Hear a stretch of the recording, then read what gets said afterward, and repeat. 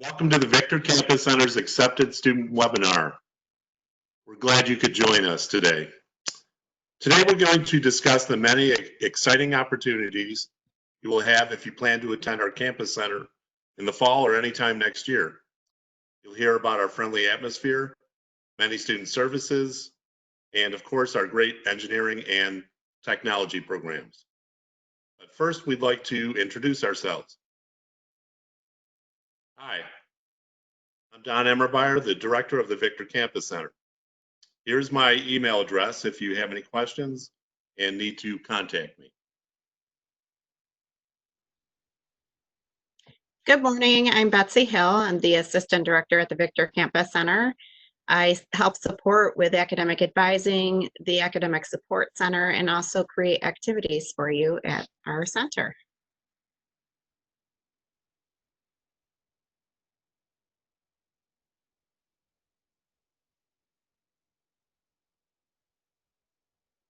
And this is Krista Schlenker, our one-stop specialist.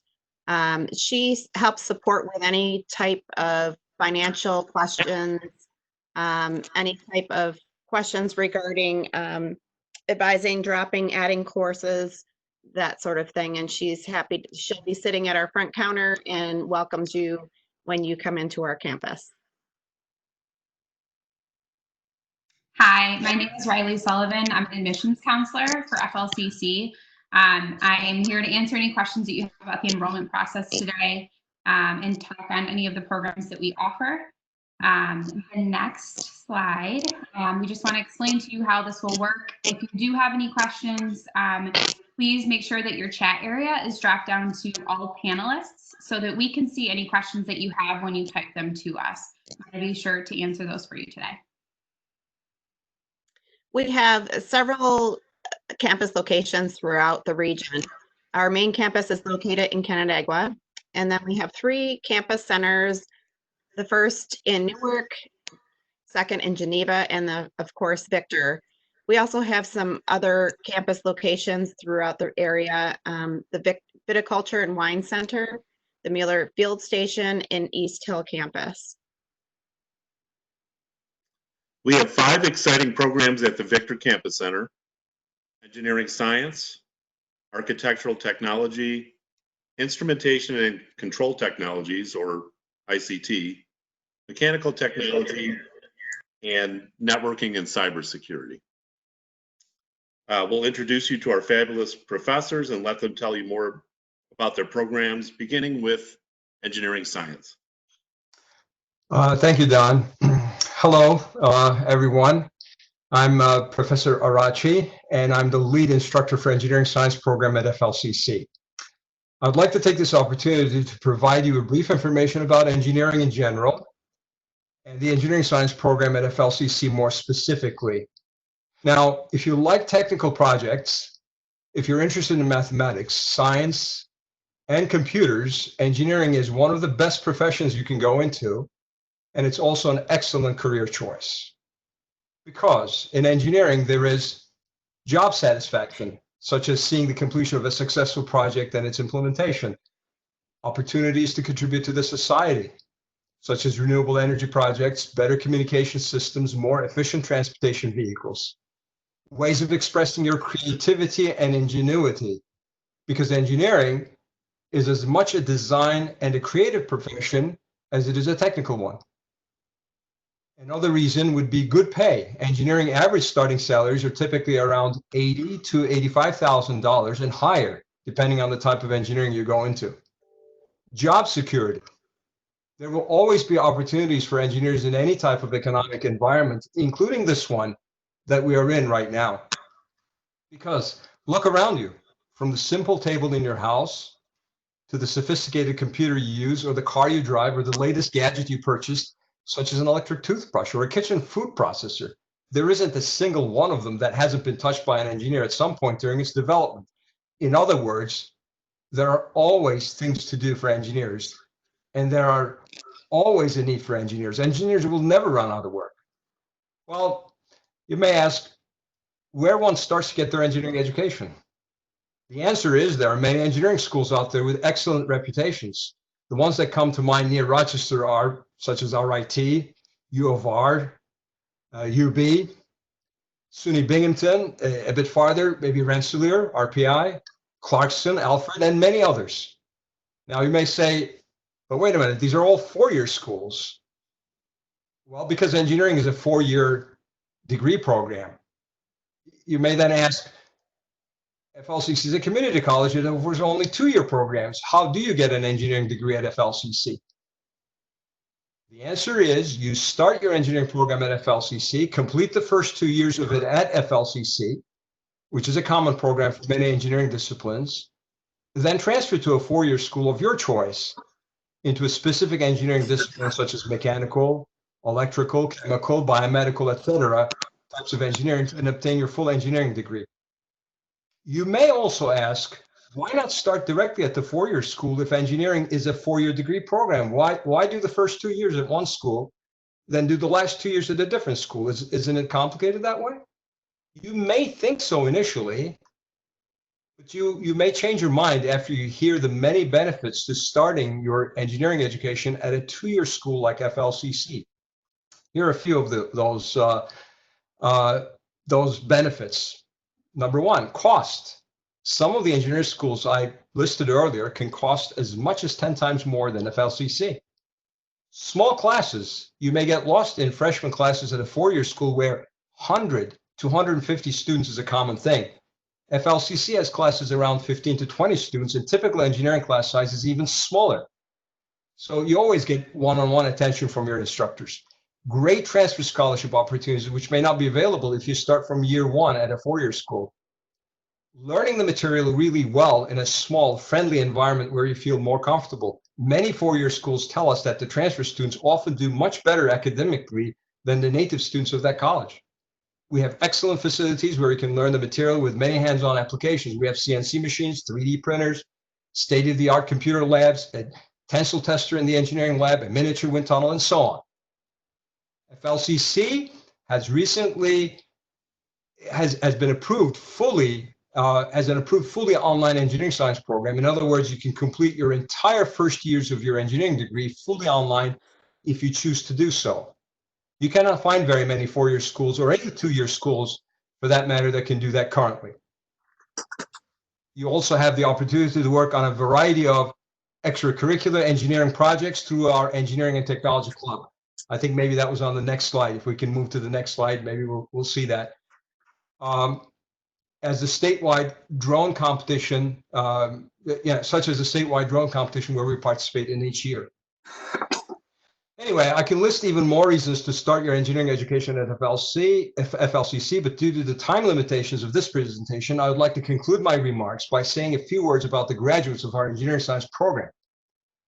We have well over 200 graduates currently of the engineering science program since I started working at FLCC over 3 decades ago, and we connect with many of them annually through our engineering alumni events and listen to their stories.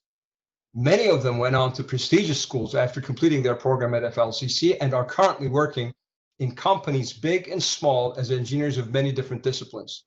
Among these stories, I hear things like summer research at MIT, work on presidential helicopter at McDonnell Douglas, NASA contract work, Cornell Graduate School, computer programmer at SpaceX, professorship at Air Force Academy, senior engineer at GE Power, and others. They're all doing amazing work and making us all proud. So, if you want to be a part of this great family and embark on your engineering education, fill out your application forms today. Register for courses and join us. We look forward to seeing you at FLCC in our classes. Well, I thank you for your time and now turn the floor to Professor Rispader, who will give you information about our architectural technology program. Thank you. Thank you, Salim. That was excellent. I'm actually looking forward to applying to the program for engineering. That was great. Actually, you covered quite a few things that I think overlap for us, which is maybe one thing to mention right off the bat is all of our programs at the Victor Center overlap and work together. So a lot of the things that were just said apply to other programs as well. But thank you, that was excellent. So my name is Matt Rispader. I'm a licensed architect, and I am the lead instructor for the architecture technology program. So I've been practicing architecture for about 20 years, and I've been teaching at FLCC for 10 years. And we have an interesting program with architecture where we actually serve kind of two and maybe even three different groups. One group would be students who plan to transfer to a professional program for architecture, which is a 5-year program.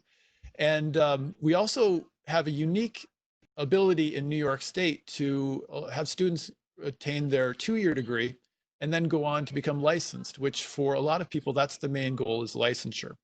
And then our third group of students we look at are students who are transferring to different degrees, such as construction management, landscape, civil, structural engineering, all sorts of different associated programs. And maybe even a fourth group is one that I always say, as far as a liberal arts degree, there's not a better degree than architecture, because you're going to live in the built environment. You're probably going to own a building, hopefully, at least a house.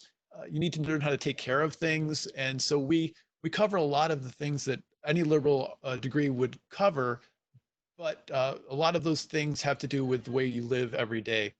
So I mentioned before that in New York State and a few other states, one path for licensure is a 2-year degree, and then continuing on to work for 8 years in the field, and then you can sit and take your exam. So that's one route that several of our students have done and are actually licensed currently and practicing out in the real world. And then the other group continue on in academia for their 5-year professional degree. So we have relationships with Syracuse. We've had students that have gone to RPI, Buffalo, Ann Spitzer School of Architecture in New York City. We currently have a student in Cornell, Columbia, Penn State, and in Alfred State, we have a relationship which we're tying up now to have a seamless transfer, which we're one of the only schools that has seamless transfer to a 5-year school. Part of that transfer is to have a portfolio, which any student going into a professional program has to have a portfolio, and that can be a really intimidating process. You need 12 to 24 works of art and architecture. So I help students with that. That's part of what we do in the program. You also have the opportunity to take an independent study to work on that. So overall, I think there's a lot of reasons to consider FLCC, and the diversity of our programs, and certainly architecture in general. You have the opportunity to do the engineering, which a lot of people like to do the technical side, but also we have the creative side. So we make models, we do drawings, painting, kind of every possible route for creating and presenting an art form is something that we work on. So I hope you consider architecture, and I'd love to speak with you more about it if you're interested. And I will pass it on now to Dr. Sam Samanta. Hi, this is Sam, and I have been, they're able to see me, Betsy, or yes? Okay. So I want to start with showing you this item. This was printed at our campus center using 3D printers that most of the instructors use. And just a quick show of this is augmented virtual reality glasses for doing training combined with virtual reality, but you can superimpose the scene in front of you for doing training of many technical skills which are used in industries. So I have been with the college for 29 years, which is a few years lesser than Dr. Arasi. And before that, I had had about a decade of career in research work, career in nanoscience, nanotechnologies.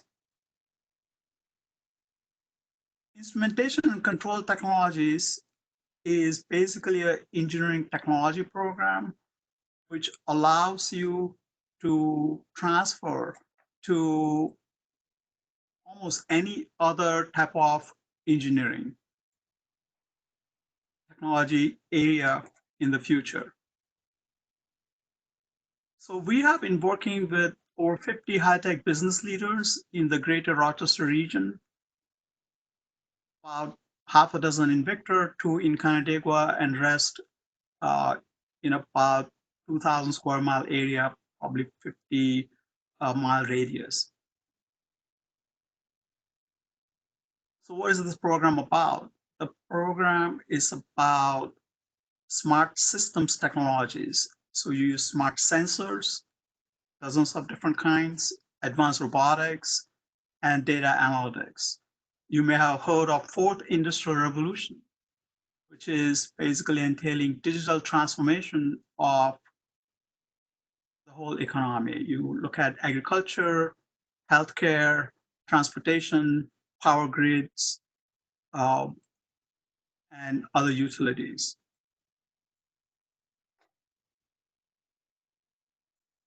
So I would like you to remember a few phrases which are very important for your career, no matter what major you pursue.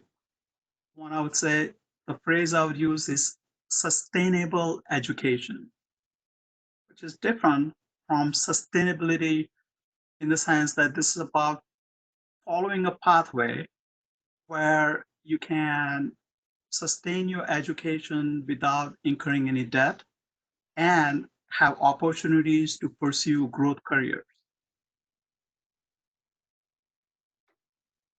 We have perhaps the highest completion rate, thrice the completion rate compared to other similar programs across the nation. Our classes are in the evening. In this PowerPoint, it mentions that classes are also on weekends. We don't. Now, all the classes are in the evenings and some are hybrid. What that does is that allows you to start doing a paid co-op. We require 270 hours of co-op.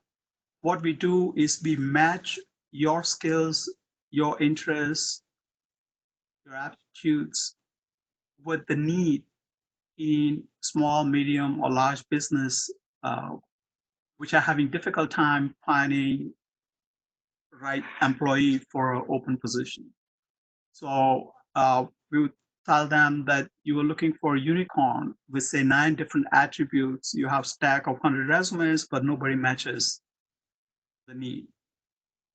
What we do is we identify the person, say you, with your background.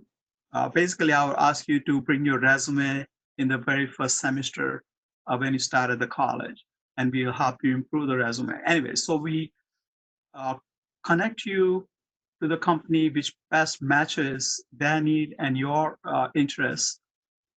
You undertake 270 hours of co-op experience, which is paid. And almost always that gives you the opportunity to prove that the few skills, says you had 6 out of the 9 skills they were looking for, the other 3 skills or attribute you can demonstrate. You have opportunity to show that you were able to learn quickly. And that almost always results in offer of full-time work for rest of your education here. Since the classes are in the evening and we are also very mindful of the needs of businesses, we work with them closely. You are able to complete degree in 21 months while you earn, say, up to $40,000 during those months. Furthermore, after the completion, you can transfer to baccalaureate degree program if you so wish. We have had people complete bachelor's in packaging science at RIT, pursuing software engineering at SUNY Oswego. And many of our students have earned bachelor's degree in technology management at Alfred State College. We have an articulation agreement with them that allows them to complete that degree in 15 months. And by the way, you can do that work online for the coursework. So if you have a good job, you enjoy working at a business, you don't have to quit the job, you can stay in the area and still complete the bachelor's degree. And businesses help you pay for it. So, and once you have that bachelor's degree, in most businesses, you do not have any more glass ceiling until you reach the very top of management. In that case, you would go for MBA degree a decade or more later down the road. In the very first semester, we visit dozen businesses on late afternoons on Fridays. It's a required course for students in our program. Other students, even if you're not majoring in our program, are welcome to join in the visits. Sometimes we even invite high school students to join in these visits. This is between 4 and 6 p.m. on Fridays.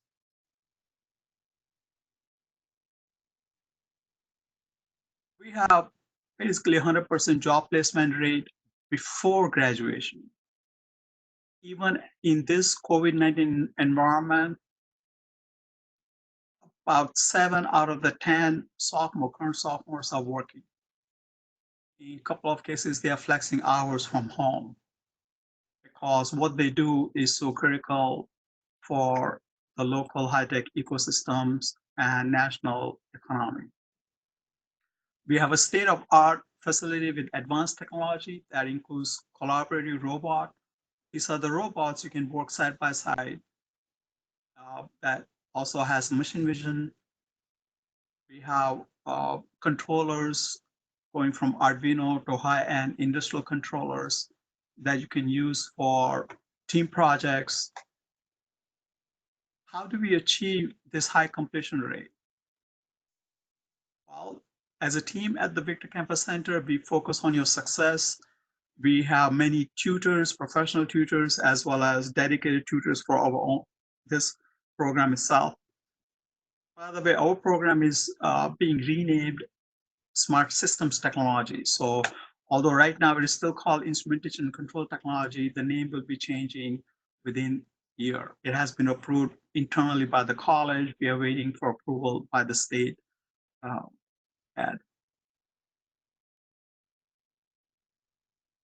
Even people who are doing well with math, if you learn how to visualize math, which we show you, also we use visual computing platforms such as LabVIEW and Multisim, you are able to you're able to internalize the concepts and do a lot more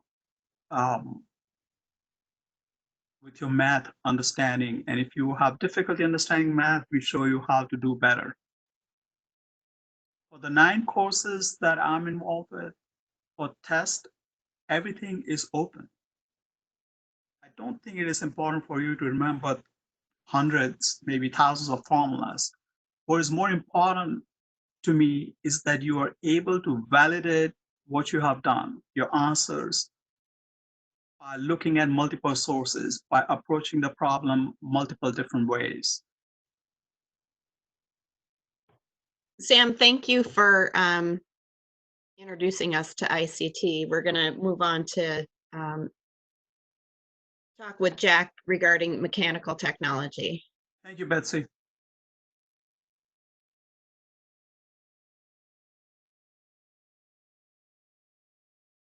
Okay. Good day. I'm Jack Riley. I'm the lead instructor for mechanical technology at FLCC now about 5 years. Before that, I 40 some years working in industry as a design engineer. So I've been out there. I bring a lot of experience to the classrooms for the classes that. So when you come to mechanical technology, you're going to the courses.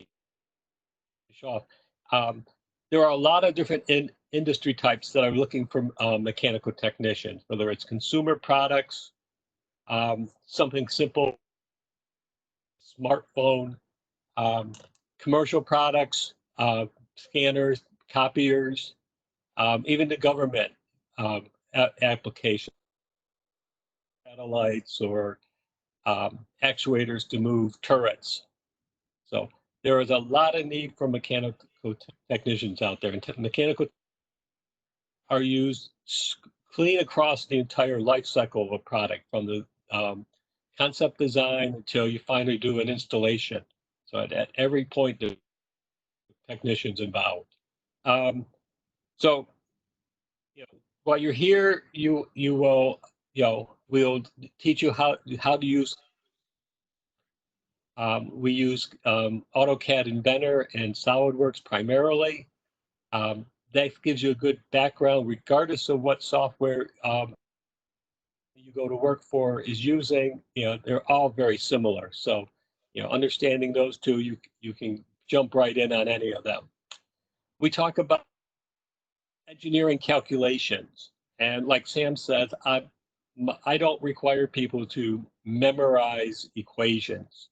There's out in industry, you have your reference book. You can go back and look up an equation if you need it. What I generally look for is, do you understand the process from point A to point B? I don't care what route you need to get there, but just as long as you get there.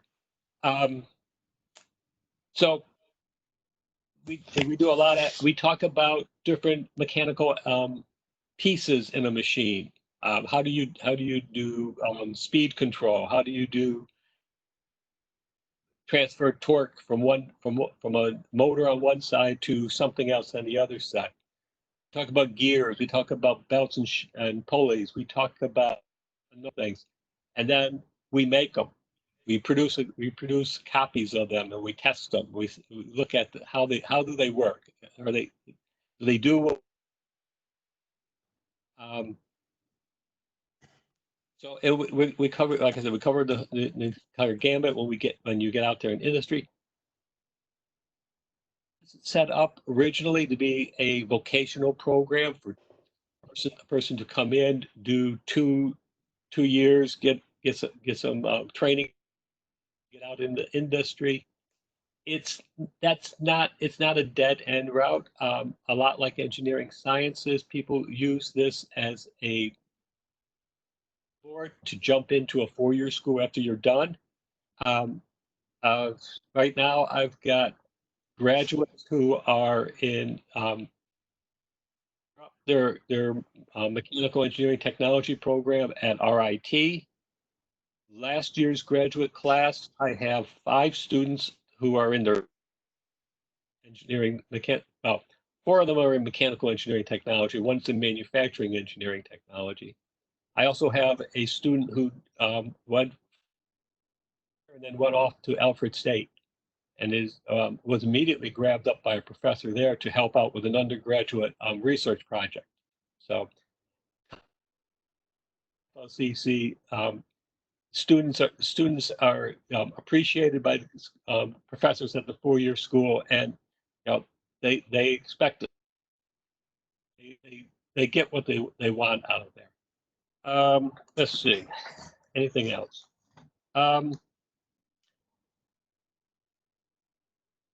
No, I think I will wrap it up there. If you have any questions at the end, I'll be happy to answer them. And at this point, I'm going to turn it over.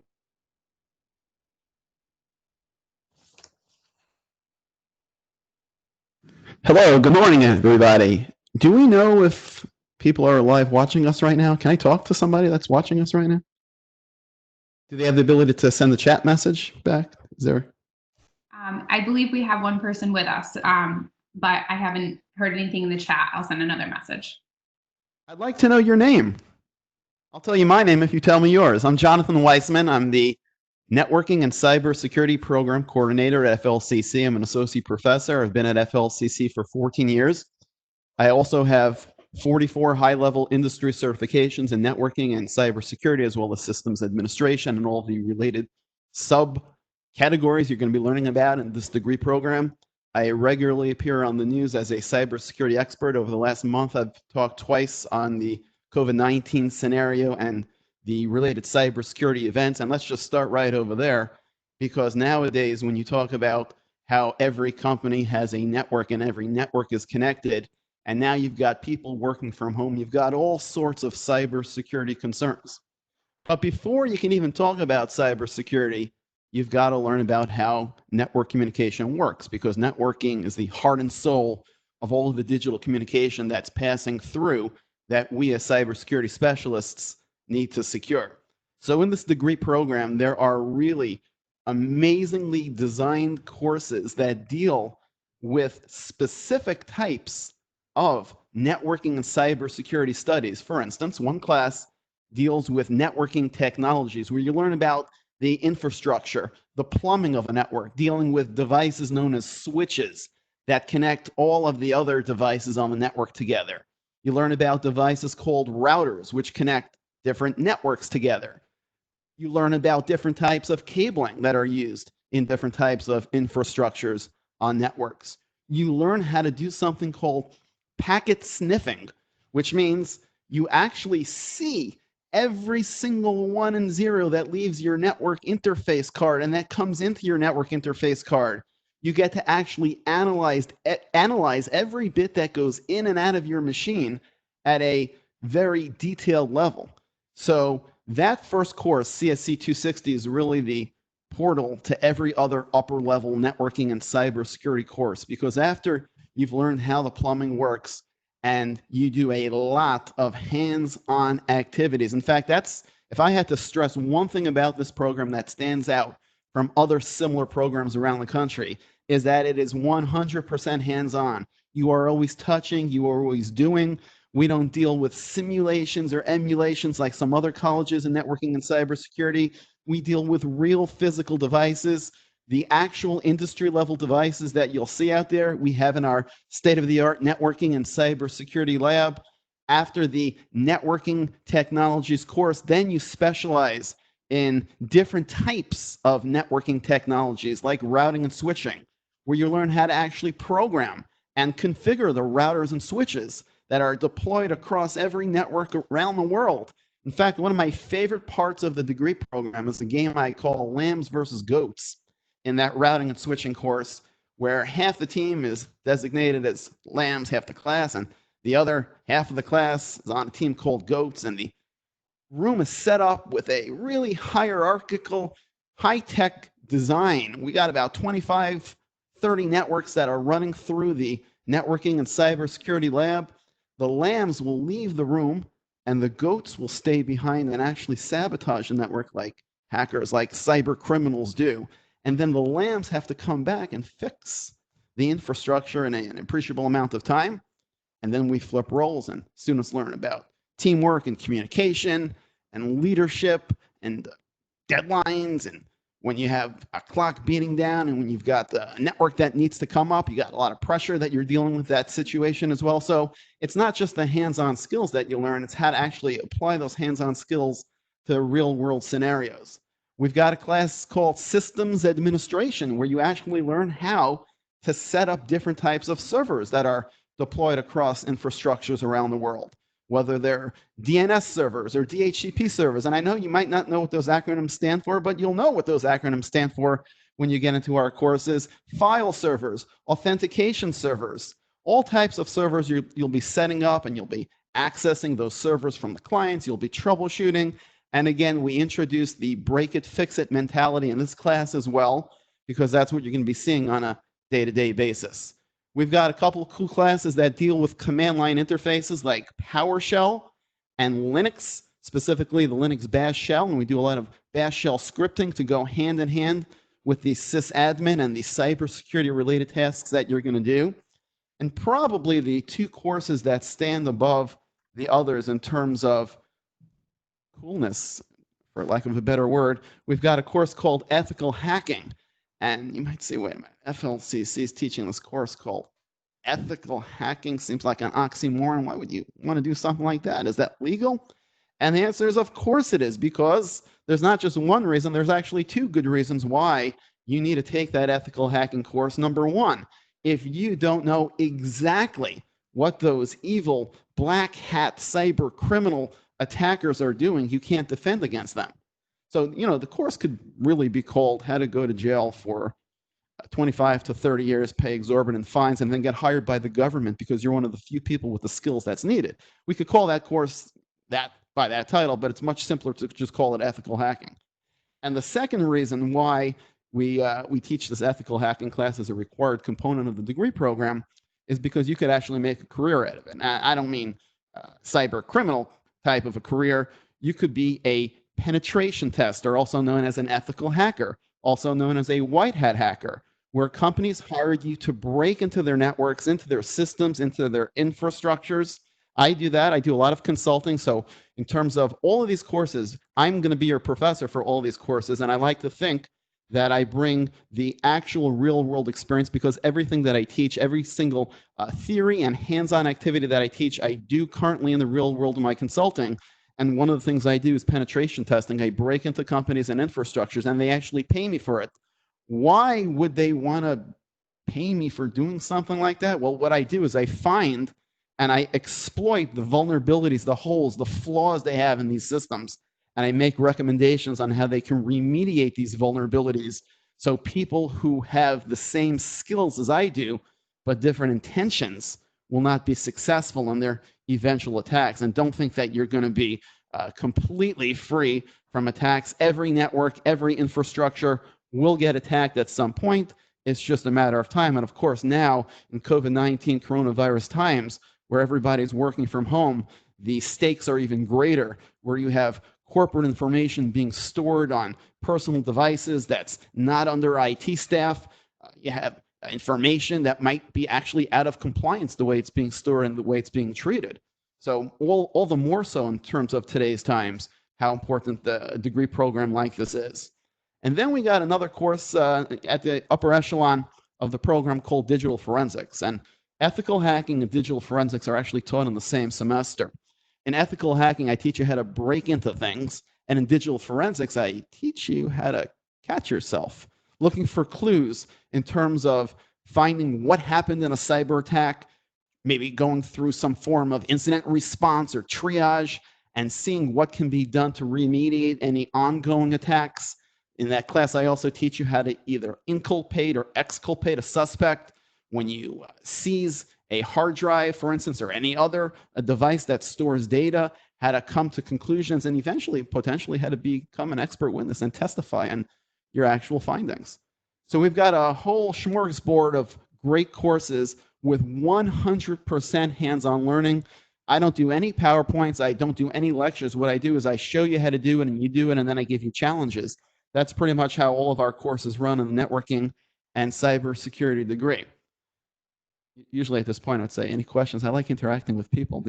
Is the person able to type any chat messages to us right now? Person out there? I'm not having any luck right now, but we'll keep checking. That's cool. So to wrap it up, I want to talk about job prospects. Yep, there we go. Peeking at the slide right over there. In terms of job prospects, cybersecurity has a 0% unemployment rate. In fact, there are literally 1 million unfilled jobs right here in 2020. That number is expected to rise to about 3.5 million in the next 2 years. And like I said, as an aside before, the government is actually hiring convicted cyber criminals to serve in certain positions because they have nobody else. And of course, there's some vetting and reforming going on with these former cyber criminals. But in terms of the prospects of the job, 0%, and you might even say -% unemployment rate, because they are hiring off the shelves. If you know what you're doing and you have the skills to prove it, you will be hired and you will get a really high-paying job. But wait a minute. Money, of course, is not the only reason you should take a job or consider a potential career.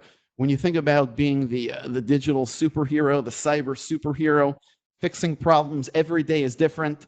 High-stress environment, which might be a driver for some people looking for excellent careers instead of sitting in a cubicle and writing code all day like in Office Space or other similar movies. It's a very exciting field. No 2 days are ever even remotely similar, and you are literally guaranteed a job. Now, this degree doesn't actually have a 2+2 articulation agreement with other colleges. It wasn't designed as such. However, we've had a lot of our students go on a one-on-one basis with various colleges and actually get almost full junior status when they apply to other colleges. I actually teach at RIT as well, and I've personally, through my own means, I've brought over 15 of my former FLCC students who completed our A.A.S degree, and they continued on with me at RIT with almost full junior status. So if you're wondering about how the transfer works, I could teach you what you need, I could get you your A.A.S degree, and I could drag you to RIT with me all by myself. I don't need anybody's help with that. How's that sound? How am I doing on the time, guys? Usually, if like this was the Academy Awards, I'd hear music playing in the background. Right? We'll have you wrap it up. Okay. Actually, there's one more thing I'm glad I didn't forget to talk about. This program is actually going to be exponentially grown in the fall because over the last year we have equipped the Networking and Cybersecurity Lab, which is highly equipped with networking devices. We equipped it with a movie studio setup where my classes are now live streamed over the internet and recorded. So if you are even in a different state, you'll still be able to attend my classes. If you're one of the face-to-face students, you'll be able to watch the recording immediately after class. If you have a flat tire or a court date or something else, and you fear that missing a class will set you back, all you have to do is go back and watch the recording. I'm very easy to contact. I'm over social media and in all venues. Quickest way to get a hold of me is on Twitter, CSC, which stands for Computing Sciences. That's our department. CSC Prof. I'm a prof. CSC Prof. Tweet me. Send me a Twitter message, and I look forward to hearing from you and seeing you at FLCC. Thank you, Jonathan. So again, this is Betsy Hill. I'm going to talk a little bit about what we offer as far as our advising support at our campus center. Both Don and myself act as advisors, and we help support our faculty at our centers because we do have specific programs. And we guide students through the choices for their classes, and also if they have questions about changing their degrees or changing classes, we're there to support them through everything. We also offer at our center academic support. So I run the academic support room at our center, and within this area, I offer tutoring. I have several tutors, both professional staff and tutoring peer tutors. We also have computers that students can come in and utilize our printers as well. A lot of students may forget their books and have borrowed books in my center, as well as calculators for exams. A lot of times people will forget their their calculators when it comes time for a test, and they just come in and borrow the materials from me. We're really there to make sure that each of our students is successful. So we work alongside our faculty to ensure that we're supporting everybody and to allow them to become successful. On that, I also wear another hat of creating activities along with my team to help support continuity at our location. We offer a lot of pizza parties. We have alumni gatherings where you can hear from other students who have completed the degrees and have moved on to either complete their bachelor's degrees or actually out working in the field to get some feedback on their transformations.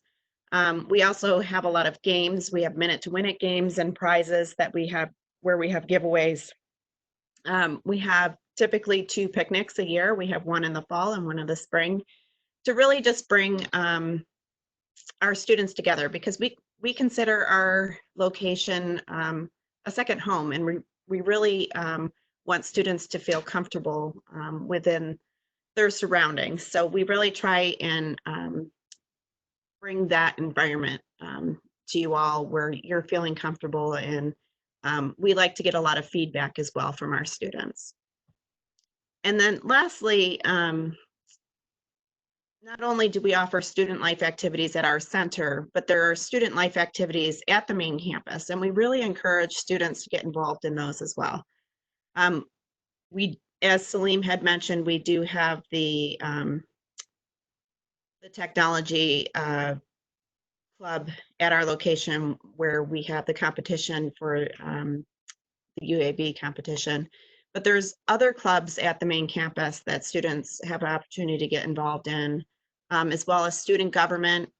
Student corporation makes decisions for students to utilize their funds.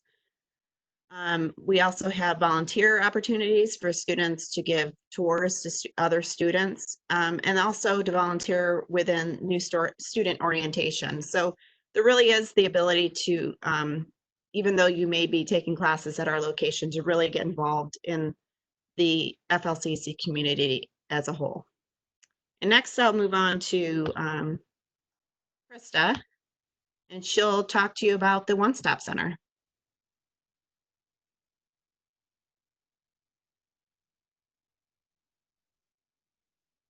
Maybe.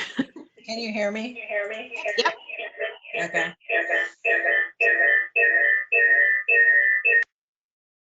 You're just echoing a little bit.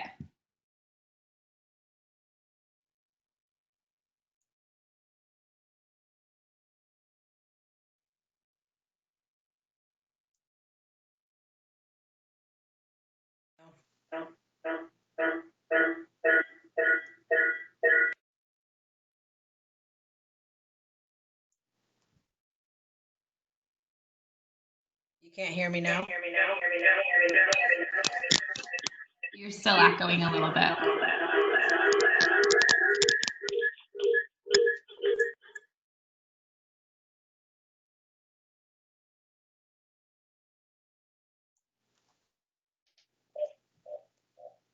Can you hear me now? Do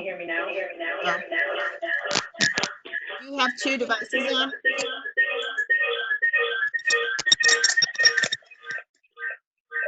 Try muting your speakers, Krista.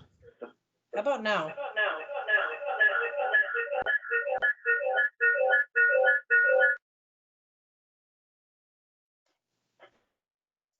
I'm afraid to talk. It's just going to echo.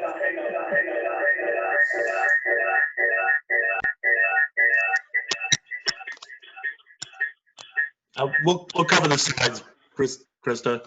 Yeah, but The One-Stop Center, fortunately, we can't hear Krista right now, but that's okay. She provides assistance right at our front desk for registration, financial aid, any kind of records you have, all your paperwork. A lot of students need transcript requests. She can help with that. Both Betsy and Krista are notaries. So that's convenient for you right at the front desk of our campus center. And any one of us, any of the staff or any of the faculty can certainly help with any basic questions that you might have.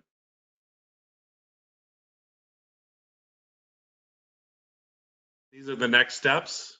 Go ahead and you need to activate your WebAdvisor account. Okay, that's your student portal. That's where all your information is going to be. Just about everything. You receive your bill on WebAdvisor. You've got your courses listed in there. You can register in there. After the first semester, you can access all your financial aid information. Another thing you need to do is complete your intent to enroll form. This year, that's been extended to June 1st, 2020. So you need to do that. There is no enrollment deposit fee, so that's good. If you're going to be actually joining us at the student housing, you need to fill out a separate application for that. And that's optional only if you're staying in the suites, so just keep that in mind. And you also need to submit your final official transcripts. We really need your transcripts in as soon as possible to get you registered. Here are the next steps, applying for financial aid. Betsy, you may want to take this slide. Sure. So the Office of Financial Aid is ready to help you, and with assistance with any of your FAFSA questions or your New York State aid, which is your TAP. We do have workshops typically for this to assist due to COVID-19 this year. You could contact the financial aid office for more assistance on that. It looks like one-on-one appointments over the phone are available with Lydia, and you can review the resources at our website, flcc.edu/aid. If you have any additional need for financial aid, review your budget with your family and decide whether to take loans or apply for EOP or scholarships like Excelsior. The cost of, sorry, I'm getting some feedback. The cost for that full-time tuition is about $2,500 a semester. And the average fees are about approximately $350. This goes towards your student life, what I was talking about, discussing before, with regards to the different types of programming that we offer and technology fees.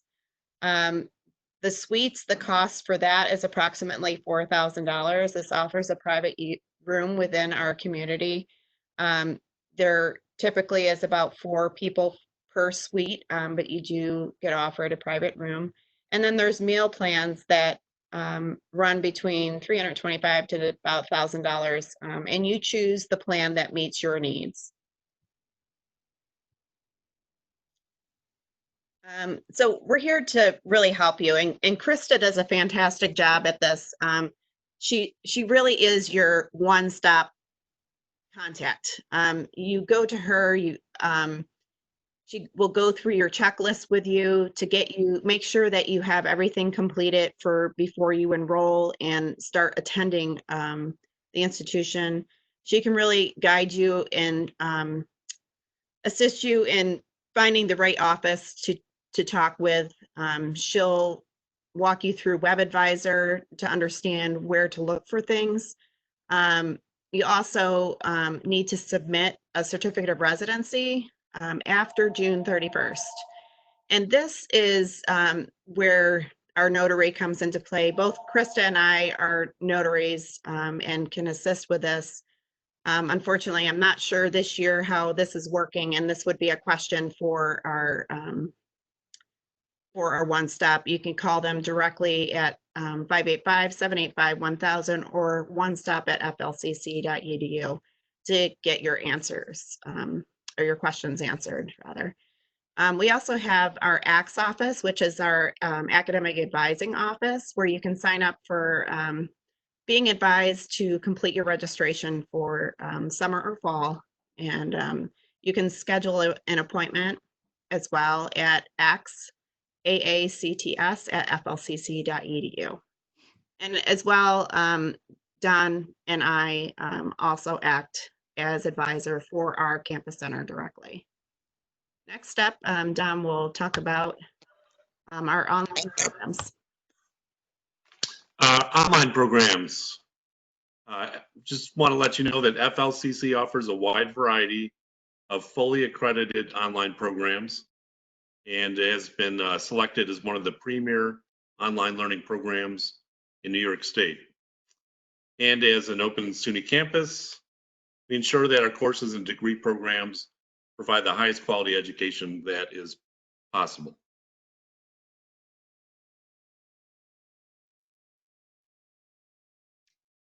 Athletics, as you can see here, we have many athletic teams that you have an opportunity to join or watch throughout the year, including our logging sports and esports teams. If you want to find out more information, the best thing to do is visit the athletics page on our college website.